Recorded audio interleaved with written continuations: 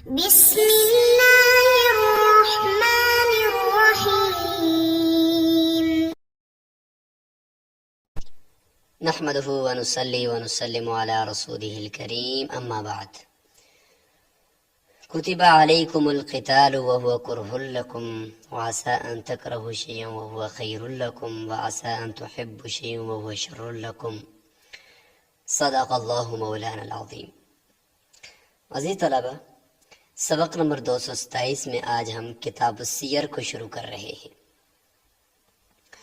اور کتاب السیر میں جہاد کے احکامات ہوں گے پہلی بحث میں، اس کے بعد پھر آگے مال غنیمت کے احکامات ہوں گے، اس کی تقسیم کا طریقہ ہوگا، اور اس کے علاوہ جو مغازی سے متعلق جتنے بھی احکامات ہیں انشاءاللہ وہ ہم اس کتاب السیر کے اندر ذکر کریں گے۔ سیر یہ سیرت کی جمع ہے، ترجمہ تو اس کا ہوتا ہے عادت یا اخلاق، طور طریقے، اس کو سیرت کہتے ہیں۔ اسی کہ سیرت النبی ہے، سیر صحابہ ہے، لیکن اب جو سیر ہے اس کو اس بات پر بولتے ہیں کہ جہاد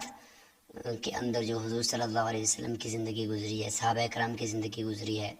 اور جہاد کے اندر حضور صلی اللہ علیہ وسلم نے جو طریقے اپنائے ہیں، چاہے وہ قیدیوں کے ساتھ سلوک ہو، چاہے وہ کفار کے ساتھ سلوک ہو، چاہے وہ جنگ کے دوران مال غنیمت جو ملتا ہے اس کی تقسیم کا طریقہ ہو، جتنے بھی طریقے ان کو پھر سیر کا، اور چونکہ اس میں بھی سفر کرنا پڑتا ہے، جہاد کے لیے جانا پڑتا ہے، تو اس لیے سیر جو ہے نا اس کا معنی ہوتا ہے چلنا پھرنا، یہ بھی ایک معنی میں ہے۔ تو اس معنی میں اگر دیکھا جائے تو جہاد میں بھی چونکہ یہ سفر کی ضرورت پڑتی ہے، تو اس لیے اس کو بھی اس کے اندر جتنے بھی یہ طور طریقے یا جتنی بھی سنتیں یا جتنے بھی دین کے احکامات وہ اس جہاد کے اندر ہوں گے تو اس کو بھی ہم سیرت کہیں گے، اور اس کی جمع پھر ہوگی سیر۔ تو جہاد میں کفار کے ساتھ کیا معاملہ ہم کریں گے، جہاد کب واجب ہوگا کب واجب نہیں ہوگا، تو یہ جتنے بھی احکامات ہوں گے اس کو پھر ہم سیرت کہہ دیں گے، اور اس کو ہم پھر سیر کہیں گے۔ تو حضور صلی اللہ علیہ وسلم کی ایک زندگی کا ایک بڑا حصہ جہاد میں گزرا ہے، تو مغازی کے نام سے حدیث کی کتب کے اندر یہ حدیث جمع ہیں، واقعات جمع کیے گئے ہیں، تو یہاں پر مسائل کو ہم ذکر کریں گے، اور میدان جہاد کے جو شرعی اور فقہی مسائل ہیں ان کو ہم انشاءاللہ ڈسکس کریں گے۔ جہاد کی عزیز طلبہ، جہاد کی عموماً 2 قسمیں ہوتی ہیں۔ ایک ہے دفاعی جہاد، کہ اگر کافر مسلمان پر حملہ بول دے اور اچانک حملہ کر دے تو اس کے مقابلے کے لیے نکلنے کو جو جہاد ہے اس جہاد کو دفاعی جہاد کہتے ہیں، کہ اپنا دفاع کر رہے ہیں، آگے سے اپنی جان بچانے کے لیے اپنا دفاع کرتے ہیں۔ یہ مرد عورت غلام سب پر فرض عین ہو جاتا ہے، ظاہر ہے کہ ہر ایک کو اپنی جان بچانی تو فرض ہے نا، تو جس طرح نماز فرض ہے، روزہ فرض ہے، اس طریقے سے یہ بھی فرض ہو جاتا ہے، اور اس میں پھر کسی کی کوئی اجازت نہیں ہوتی، سب نے بغیر اجازت کے جانا ہوتا ہے، کیونکہ اپنی جان مال عزت کو بچانا ضروری ہے۔ جہاد کی یہ دوسری قسم اقدامی جہاد کہلاتی ہے۔ اقدامی جہاد کا مطلب ہے کہ کفار کی طرف سے کوئی اٹیک نہیں کیا گیا، بلکہ شریعت میں یہ ضروری قرار دیا گیا ہے کہ اگرچہ کفار حملہ نہ بھی کریں، لیکن چونکہ وہ کفر پر ہیں اور دنیا سے کفر کو مٹانا اور دین اسلام کا بول بالا کرنا، یہی جہاد کا چونکہ ایک بنیادی مقصد ہوتا ہے۔ جہاد کا لغوی معنی تو یہ ہے نا کوشش کرنا، اپنی وسعت کو کے مطابق اپنی یعنی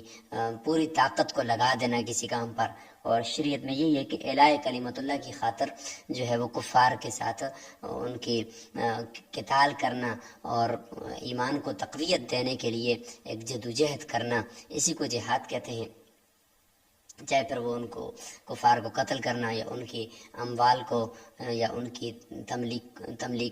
تملیکات کو نقصان پہنچانا ہو، یہ سب پھر اس میں آ جاتا ہے۔ تو چونکہ جہاد کا مطلب ہی یہی ہے کہ اعلاء کلمت اللہ کی خاطر جو ہے وہ کفار کے ساتھ مقابلہ کرنا، تو اس صورت میں اقدامی جہاد کی ہر وقت یہ جو حاکم میں وقت ہوتا ہے اس کو ضرورت ہوتی ہے، اور ضروری بھی ہے کہ وہ اس کا اہتمام ضرور کیا کرے، چونکہ حدیث میں ہے کہ الجہاد ماضٍ الی یوم القیامہ، قیامت تک جہاد نے باقی رہنا ہے، تو اس اعتبار سے پھر یہ اقدامی جہاد یہ ہونا چاہیے۔ عام حالات میں جب کافر مسلمانوں پر دعویٰ نہ بولا ہو تو اسے اقدامی جہاد کہتے ہیں، کہ اس صورت میں اگر حاکم کسی طرف قافلے کو بھیج دیتا ہے، مجاہدین کو کے قافلے کو بھیجتا ہے کہ یہاں پہ اس علاقے کو فتح کر کے آؤ، تو اس کو کہتے ہیں کہ یہ اقدامی جہاد ہے۔ یہ بھی فرض ہوتا ہے، لیکن یہ فرض کفایہ ہے۔ فرض کفایہ کا مطلب وہی جنازے کی نماز کی طرح ہے کہ اگر علاقے میں سے یا ایک پورے ملک سے، یہاں پہ تو جہاد میں ملک ہے لیکن جنازے میں تو علاقہ ہوتا ہے، آدھے علاقہ میں سے کوئی ایک پڑھ لے تو سب سے وہ فرض اتر جاتا ہے۔ تو یہاں پر بھی اگر ملک میں مجاہدین کا ایک ایسا قافلہ جن کو مزید افرادی ضرورت نہیں ہے، وہ اگر آگے جا کر لڑ رہا ہے، اقدامی جہاد کر رہا ہے، تو اس صورت میں پیچھے جو باقی رہنے والے لوگ ہیں ان سے وہ فرض ساقط ہو جائے گا۔ ویسے جہاد کے ثبوت کے لیے تو بہت سی آیات ہیں، بہت سی آیات قرآن مجید میں موجود ہیں۔ صرف 2 آیتیں ہم نے یہاں پہ کوٹ کی ہیں کہ انفروا خفافا وثقالا وجاہدوا باموالکم وانفسکم فی سبیل اللہ۔ یہ دفاعی جہاد جو فرض عین ہوتا ہے اس کے بارے میں سورۃ توبہ میں ہے کہ ہلکے ہو یا بوجھل ہو، ہر حالت کے اندر اللہ کے راستے میں اپنی جان اور مال کے ساتھ جا کر لڑو۔ اور دوسرا یہ کہ یا ایھا الذین آمنوا ما لکم، کیا ہو گیا تمہیں اذا قیل لکم انفروا فی سبیل اللہ اذ ثاقلتم الی الارض، جب تمہیں کہا جائے کہ تم اللہ کے راستے میں نفیر عام کرو، نکلو، تو تم جو وہ زمین کے ساتھ لگے رہتے ہو۔ رضیتم بالحیات دنیا کی زندگی کو تم پسند کرتے ہو۔ تو یہ دیکھیں، یہ 2 آیتیں سورہ توبہ ہی کی ہیں، اور اس کے علاوہ بھی بہت ساری آیتیں، جیسے کہ شروع میں ہم نے آیت پڑھی کتب علیکم القتال، کہ تمہارے اوپر قتال فرض کر دیا گیا لیکن تمہیں وہ ناپسند ہے۔ تو بہت ساری آیات ہیں جہاد سے متعلق۔ تو حدیث اگر دیکھیں تو حدیث بھی بہت ساری ہیں، لیکن ایک حدیث یہاں پہ ہم ذکر کرتے ہیں اختصار کے ساتھ۔ حضرت انس بن مالک رضی اللہ تعالیٰ عنہ کی حدیث ہے، رسول اللہ صلی اللہ علیہ وسلم نے فرمایا کہ والجہاد ماضٍ منذ بعثنی اللہ الی ان یقاتل آخر، یعنی یہ جہاد جاری رہے گا جب سے میری بعثت ہوئی ہے، اس سے لے کر اس وقت تک کہ جب تک جو اس امت کا آخری شخص جو ہے وہ دجال کے ساتھ جو ہے وہ قتال کرے گا، اس وقت تک یہ جہاد جاری رہے گا۔ لا یبطلہ جور جائر ولا عدل عادل، نہ کسی عادل کا عدل اس کو باطل کر سکتا ہے، نہ کسی ظالم کا ظلم اس کو ختم کر سکتا ہے۔ یہ جہاد جو ہے وہ ماضٍ الی یوم القیامہ، قیامت تک جاری رہے گا۔ تو یہ پوری کتاب السیر کے اندر چند ابحاث ہوں گی، تو ان میں سب سے پہلی بحث جو ہے وہ جہاد کے احکامات سے متعلق ہے، تو یہاں سے وہ شروع ہو رہے ہیں۔ سب سے پہلے جہاد کا وصف شرعی بیان کیا جائے گا، جس طرح بھی ہم نے کیا کہ الجہاد فرض علی الکفایتی، جہاد یعنی اقدامی جہاد کا ذکر ہو رہا ہے، یہ فرض کفایہ ہے۔ اذا قام به فریق من الناس، یہ اس کی تشریح آگی کہ اذا قام به فریق من الناس، اگر لوگوں کی ایک جماعت وہ اس کے لیے کھڑی ہے، کام کر رہی ہے، تو سقط عن الباقین، تو باقیوں سے یہ فرض ساقط ہو جائے گا۔ وَلَمْ يَقُمْ بِهِ أَحَدٌ، اگر کوئی بھی اس جہاد کو نہیں کر رہا، أَثِمَ جَمِيعُ النَّاسِ بِتَرْكِهِ، سارے کے سارے لوگ فرض کو چھوڑنے کی وجہ سے، اس کو ترک کرنے کی وجہ سے گناہگار ہوں گے۔ یہ ہو گیا فرض کفایہ کا مفہوم۔ وقتال الکفار واجب وإن لم يبدؤنا، یہ اقدامی جہاد سے متعلق بات کر دی کہ اقدامی جہاد وہ واجب ہی رہتا ہے اگرچہ وہ کفار ہمارے اوپر ابتدا نہ بھی کریں، تو پھر بھی چونکہ الہ کلمۃ اللہ تو کرتے ہی رہنا ہے، تو اس کے لیے اگرچہ وہ وہاں سے نہ بھی آئیں، پھر بھی ہم نے ان کے پاس جانا ہے، ان کو اسلام کی دعوت دینی ہے۔ چونکہ دعوت ویسے بھی اسلام کے بھی عام ہو چکی ہے، تو لہٰذا ان کو یہ کہنا ہے کہ یا تو تم ابھی اسلام کی طرف، مستحب ہے کہ ایک دفعہ پھر کہہ دیا جائے تاکہ ان کو پتہ چلے کہ مسلمان کی ہمارے مالوں کے لیے نہیں آئے بلکہ الہ کلمۃ اللہ کے لیے آئے ہیں، اس لیے پہلے ان کو دعوت دی جائے، مان لیں تو ٹھیک ہے، ورنہ جزیہ دے دیں، جزیہ نہیں دیتے تو پھر ان کے ساتھ قتال کیا جاتا ہے۔ ولا یجب الجہاد، اب کن کن لوگوں کے اوپر جہاد کے لیے نکلنا واجب نہیں ہے؟ تو ظاہر ہے کہ جہاد کے اندر وہی جائے گا نا جو آگے لڑے گا، جا کر مجاہد ہوگا، لہٰذا بچہ نہیں لڑ سکتا، عورت نہیں لڑ سکتی، اور اس طریقے سے کوئی معذور آدمی ہے وہ نہیں لڑ سکتا، غلام ہے وہ نہیں لڑ سکتا، تو لہٰذا ان کے اوپر جہاد بھی فرض نہیں ہوگا۔ کہتے ہیں کہ لا یجب الجہاد علی صبی، بچے کے اوپر نہیں ہے، ولا عبد نہیں، غلام کے اوپر، ولا امرأۃ اور نہیں عورت کے اوپر، ولا اعمى اندھے کے اوپر بھی نہیں، ولا مقعد یا مقعد یعنی بیٹھا ہوا ہے گھر میں پاہج ہے، ولا اقطع یا یہ کہ وہ اس کا کوئی عضو کٹا ہوا ہے، تو اس صورت میں وہ بیچارہ کہاں جائے گا، وہ کیسے لڑے گا، اس لیے وہ بھی نہیں جا سکتا۔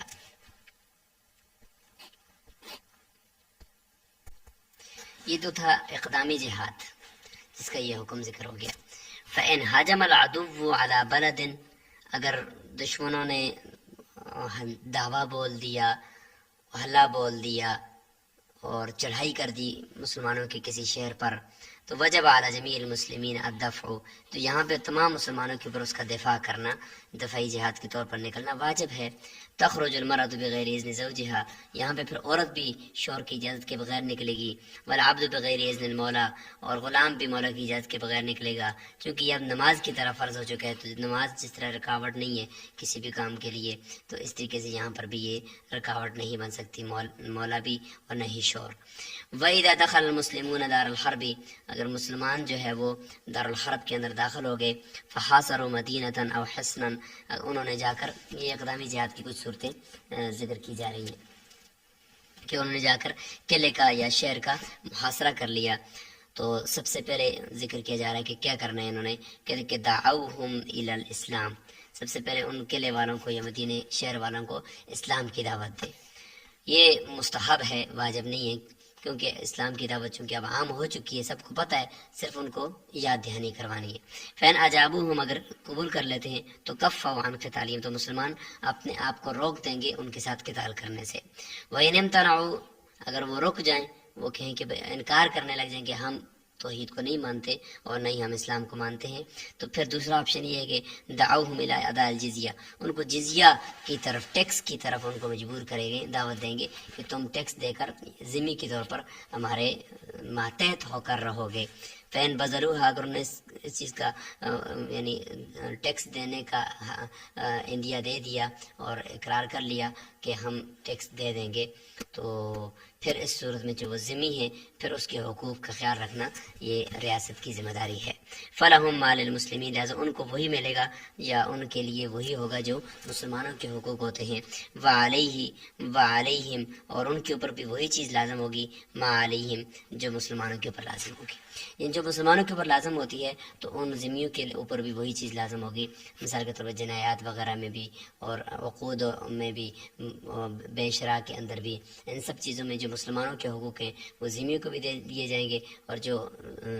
ذمیوں کے اوپر کوئی چیز، جو مسلمانوں کے اوپر کوئی چیز لازم ہوگی وہ ذمیوں کے اوپر بھی لازم ہوگی۔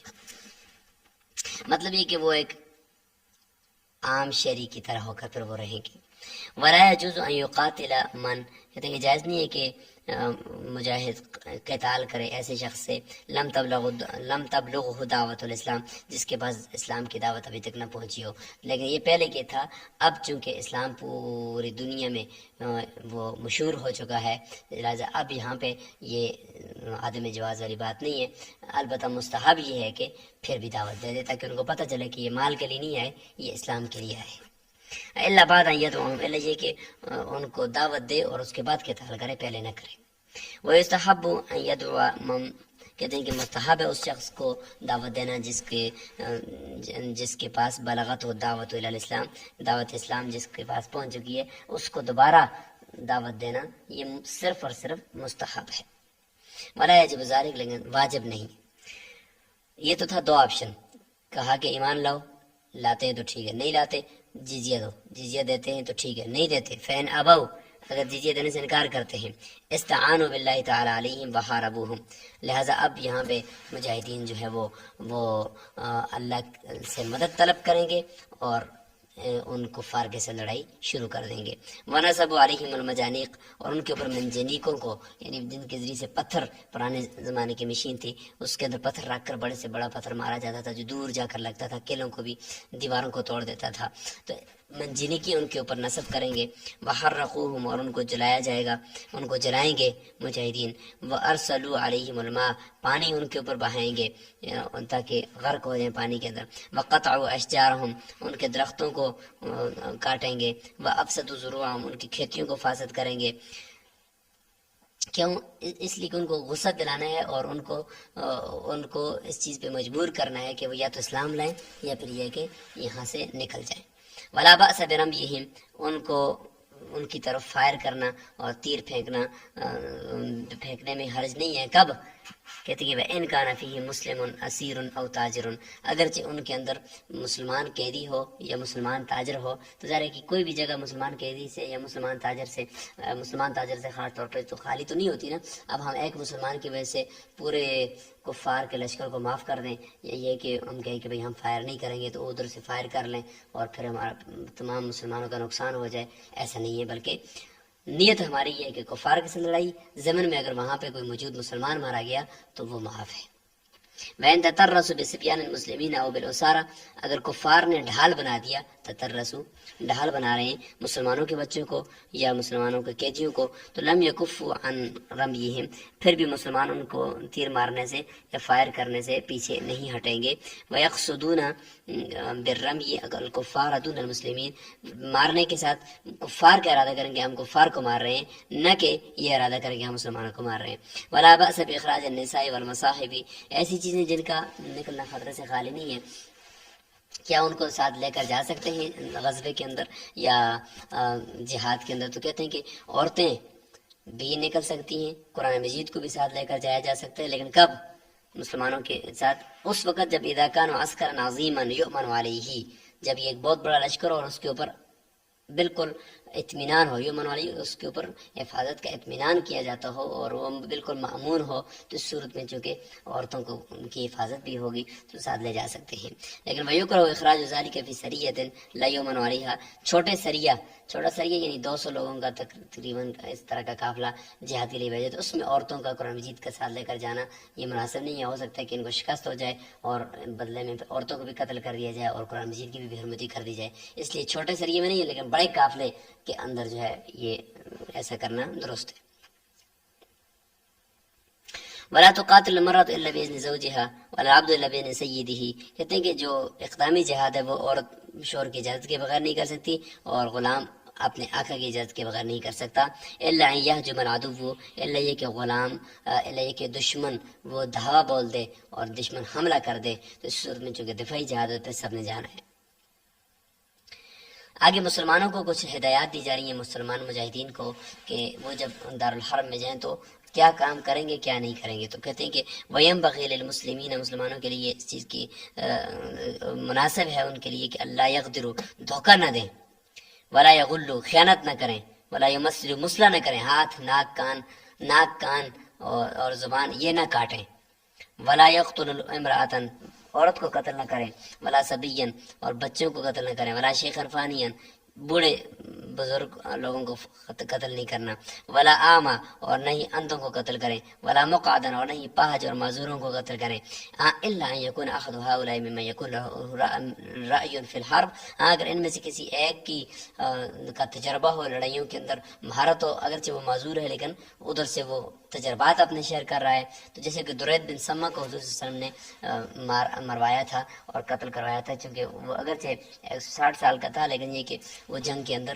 وہ کفار کو مشاورت دے رہا تھا، مشورے دے رہا تھا مفید قسم کے، تو اس لیے اس کو قتل کروایا تھا۔ تو لہٰذا اس صورت میں پھر ان میں سے ہر ایک، اگر عورت ہے یا شیخ فانی ہے یا اندھا ہے یا پہج ہے، لیکن یہ کہ اس کو تجربہ ہے جنگ کا، پھر اس کو بھی قتل کیا جائے گا، تاکہ کفار کی جو طاقت ہے اس کو ختم کرنا مقصود ہے۔ او تکون المرأۃ ملکۃ، یہ ایک عورت جو ہے وہ بادشاہ ہے، تو اس صورت کے اندر جو ہے وہ اس صورت کے اندر اگر اس کو قتل کر دیا گیا تو اس میں پھر کوئی حرج نہیں ہے۔ آگے فرمائے کہ ولا یقتلوا مجنونا، مجنون کو قتل نہیں کریں گے، ظاہر ہے کہ اس نے تو جہاد کرنا نہیں ہے، مقابلہ کرنا ہے، ہاں اگر وہ بھی ساتھ ساتھ کر رہے تو اس کو بھی قتل کیا جائے گا۔ وَإِنْ رَأَى الْإِمَامُ أَنْ يُصَالِحَ أَهْلَ الْحَرْبِ، اگر امام یہ چاہتا ہے کہ وہ اہل حرب سے، کفار سے صلح کر لے، او فریقا من، ان میں سے کسی ایک فریق سے، وَكَانَ فِيهِمْ ذَلِكَ مَصْلَحَةً لِلْمُسْلِمِينَ، مسلمانوں کے اس میں بہتری ہو، فَلَا بَأْسَ بِهِ، صلح بھی کرنے کی گنجائش ہے۔ حضور صلی اللہ علیہ وسلم نے مشرکین کے ساتھ بھی اور اس طرح سے کفار کے ساتھ 4 مہینوں کا، کسی کے ساتھ زیادہ کا صلح کیا ہوا تھا، معاہدہ کیا ہوا تھا، لیکن جب برات من اللہ و رسولہ سورہ برات نازل ہوئی تو پھر حضور صلی اللہ علیہ وسلم نے حضرت ابوبکر صدیق کو اور پھر بعد میں حضرت علی کو بھی ساتھ بھیجا کہ جنہوں نے جا کر مکہ کے اندر اعلان کیا کہ جن کے ساتھ معاہدہ حضور صلی اللہ علیہ وسلم نے 4 مہینوں کا کیا ہے وہ 4 مہینے پورے کریں گے، اس کے بعد معاہدہ ختم، اور جن کے 4 مہینے سے زیادہ کا ہے تو ان کو 4 مہینے تک ہی انتظار کرنا ہے، زیادہ نہیں، اس کے بعد معاہدہ ختم ہو گیا ہے۔ اس کے بعد یا تو اس جزیرہ عرب کے اندر مسلمان رہیں گے، یا پھر یہ ہے کہ اللہ کا یا تو یہ ہے کہ یا تو نہیں بلکہ یقینی طور پر یہاں پہ اسلام رہے گا، اور یہاں پہ کفر اور مشرکین یہاں پہ نہ بیت اللہ کے اندر آ سکتے ہیں اور نہ ہی یہاں جزیرہ عرب کے اندر رہ سکتے ہیں۔ فَإِنْ صَالَحَهُمْ مُدَّةً، اگر ایک مدت تک ان کے ساتھ صلح کیے رکھا، معاہدہ کیے رکھا، ثُمَّ رَأَىٰ أَنَّ نَقْضَ الصُّلْحِ أَنْفَعُ، پھر اس نے دیکھا حاکم وقت نے کہ صلح کا توڑ دینا یہ زیادہ نفع بخش ہے، تو نبذ الیہم، ان کی طرف اس صلح کو توڑ دے کہ بھئی ہمارا آج سے صلح ختم، وقاتلہم، ان کے ساتھ قتال کرنے لگ جائے۔ فَإِن بَدَأُوا بِخِيَانَةٍ، اگر کفار نے خود خیانت شروع کر دی پہلے سے، قاتلہم ولم ينبذ الیہم، کہتے ہیں کہ اس صورت میں ان کے ساتھ قتال کرے گا اور معاہدے کو ان کی طرف نہیں پھینکے گا، مطلب یہ کہ معاہدہ توڑنے کی ان کو خبر نہیں دے گا، پھر بھی ان کے ساتھ قتال کرے گا کیونکہ خیانت انہوں نے کی ہے، معاہدے کو انہوں نے توڑا ہے۔ وَإِن بَدَأُوا بِخِيَانَةٍ کا مطلب یہ ولم ينبذ الیہم اذا كان ذلك باتفاقهم، اگر ان کے اتفاق سے، ان کی اتفاق رائے سے اگر ایسا ہوا ہے کہ انہوں نے معاہدہ توڑا ہے تو پھر اس صورت میں ان کو واپس بتانے کی ضرورت نہیں ہے۔ اچھا، کفار کے غلام، ان کا حکم ذکر کیا جا رہا ہے کہ وَإِذَا خَرَجَ عَبِيدُهُمْ إِلَىٰ عَسْكَرِ الْمُسْلِمِينَ، مسلمانوں کے لشکر کی طرف ان کے کفار نکل کر آگے، فَهُمْ أَحْرَارٌ، جو کہ خود آئے نا اس لیے یہ آزاد ہو جائیں گے۔ وَلَا بَأْسَ أَن يَعْلِفَ الْعَسْكَرُ، یہاں سے یہ ذکر کیا جا رہا ہے کہ تقسیم سے پہلے، مال غنیمت کی تقسیم سے پہلے کون کون سی چیزیں مجبوری کی صورت میں اور ضرورت کی صورت میں مجاہدین استعمال کر سکتے ہیں دارالحرب میں، تو فرماتے ہیں کہ وَلَا بَأْسَ أَن يَعْلِفَ الْعَسْكَرُ، لشکر جو ہے وہ چروا سکتا ہے فی دار الحرب، اپنے گھوڑوں کو چارہ دے سکتا ہے فی دار الحرب، دار الحرب کے اندر، وَيَأْكُلُ مَا وَجَدُوهُ مِنَ الطَّعَامِ، اور جو کچھ ان کو وہاں پہ کھانے کی چیز ملے تو اس کو وہ کھا بھی سکتے ہیں، وَيَسْتَعْمِلُ الْحَطَبَ، لکڑی بھی استعمال کر سکتے ہیں، وَيَدَّهِنُ بِالدُّهْنِ، اور کھانے کا جو تیل ہوتا ہے وہ اس کو بھی استعمال کر سکتے ہیں۔ تیل سر میں لگانے کی ضرورت چونکہ اتنی نہیں ہے تو اس کو استعمال کرنے کی اجازت نہیں ہے، البتہ یہ ہے کہ کھانے کے لیے اگر استعمال کرتے ہیں تو کر سکتے ہیں۔ وَيُقَاتِلُوا بِمَا يَجِدُونَهُ مِنَ السِّلَاحِ، اور قتال کریں گے ان کفار کے ساتھ اسی اسلحے سے جو اسلحہ وہ وہاں دارالحرب کے اندر جہاں پر بھی پاتے ہیں، تو تقسیم سے پہلے اس اسلحے کے ذریعے سے بھی ان کے ساتھ قتال کر سکتے ہیں۔ کل ذالک بغیر قسمت، یہ سارے کام تقسیم، غنیمت کی تقسیم سے پہلے کرنے کی گنجائش ہے، لیکن جتنی ضرورت ہو اتنا کریں، ضرورت سے زیادہ نہ کریں۔ وَلَا يَجُوزُ أَن يَبِيعُوا مِن ذَلِكَ شَيْئًا، اس سے کچھ چیز بیچنا جائز نہیں ہے، ظاہر ہے کہ بیچنے میں تو کوئی ضرورت نہیں ہے نا، اصل ضرورت خود استعمال میں لانا تھا، تو خود استعمال تو کریں لیکن آگے بیچ نہیں سکتے۔ وَلَا يَتَمَوَّلُونَهُ، اس کو ذخیرہ کر کے اپنے پاس مال کے طور پر محفوظ کرنا بھی یہ جائز نہیں ہے۔ وَمَنْ أَسْلَمَ مِنْهُمْ احرز باسلامه نفسه واولاده الصغار وكل مال هو في يده او وديعه في يد مسلم او ذمي، یہاں پہ یہ کہ مسلمانوں کفار میں سے کوئی ایک شخص مسلمان ہو گیا، جب مسلمان ہو گئے تو اس مسلمان ہونے کی وجہ سے کیا کیا چیز محفوظ ہو جائے گی اس کی، کہتے ہیں کہ اس نے اپنے نفس کو محفوظ کر دیا، اپنی چھوٹی اولاد کو کر دیا، بڑی اولاد نہیں بلکہ چھوٹی اولاد، اور ہر اس مال کو جو اس کے ہاتھ میں ہے یا کسی مسلمان یا ذمہ کے ہاتھ میں امانت ہے، یہ سب کا سب اس نے اپنا محفوظ کر دیا ہے اسلام کی وجہ سے۔ فَإِن ظَهَرْنَا عَلَى الدَّارِ، اگر ہم نے دارالحرب کے اوپر غلبہ پا لیا تو اس صورت میں اس مسلمان، یہ جو نو مسلم ہے، اس کی زمینیں بھی وہاں پہ ہیں، اس کی بیوی بھی وہاں پہ ہے، اس کی جائیداد بھی وہاں پہ ہے، اس کا کیا کریں گے؟ کہتے فَعَقَارُهُ فَيٌّ، اس کی جو زمین ہوگی وہاں پر، چونکہ وہ تو دارالحرب کے اندر ہے لہذا وہ مال غنیمت ہو جائے گی۔ وَزَوْجَتُهُ فَيٌّ، اور اس کی بیوی جو ہے وہ، چونکہ اب یہ مسلمان ہو چکے، وہ بیوی تو کافر ہے، نکاح ٹوٹ جائے گا اور بیوی اس کی فے مال غنیمت شمار ہوگی۔ وَحَمْلُهَا فَيٌّ، اور اس عورت کا جو حمل ہے وہ بھی فے شمار ہوگا، یعنی فے کا مطلب غنیمت میں چلا جائے گا۔ وَأَوْلَادُهُ الْكِبَارُ فَيٌّ، اور اس کی بڑی اولاد جو ہے وہ بھی فے ہو جائے گی، مال غنیمت میں چلی جائے گی، غلام بن جائے گی۔